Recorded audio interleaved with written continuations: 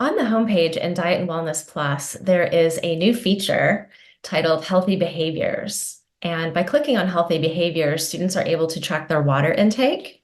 There's a sleep tracker, screen time, and weekly nutrients. Let's take a look at each. For water intake, students are able to add their water intake in 8-ounce increments.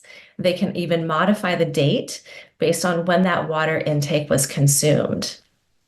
They can highlight here how much water they've consumed, and there is a calendar at the bottom that will show how much water they have consumed based on the information they have entered. Scrolling down, you can even see the amount of ounces that have been consumed throughout the week. Other healthy behaviors we can take a look at would be the sleep tracker. And this is really great because students can add in a number of things that might have kept them up at night. For example, snoring. By clicking on snoring, students are able to identify any issues that might have occurred. They can record their start time and their wake up time and have a report generated, which is very important for healthy behaviors, as we know. Another feature of the Healthy Behaviors app is the screen time.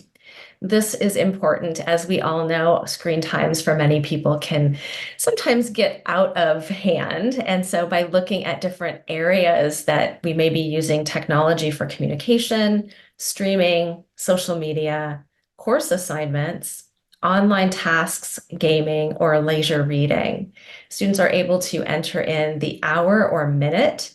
And then by clicking the submit and scrolling down, they can see any options or any time that they have entered in screen time and get a generated report at the end of the week.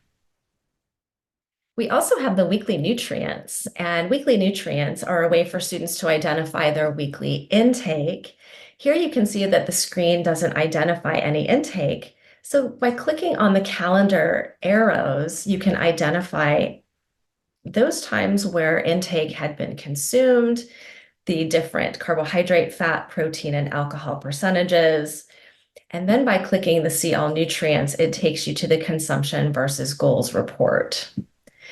Again, ensuring that the students are clicking on days where data has been entered, those would be identified by any of the colored boxes. So clicking on February 1st, for example, all of the information that has been populated for the intake will be included here in this report. Students can identify any calories, macro, micronutrients, etc.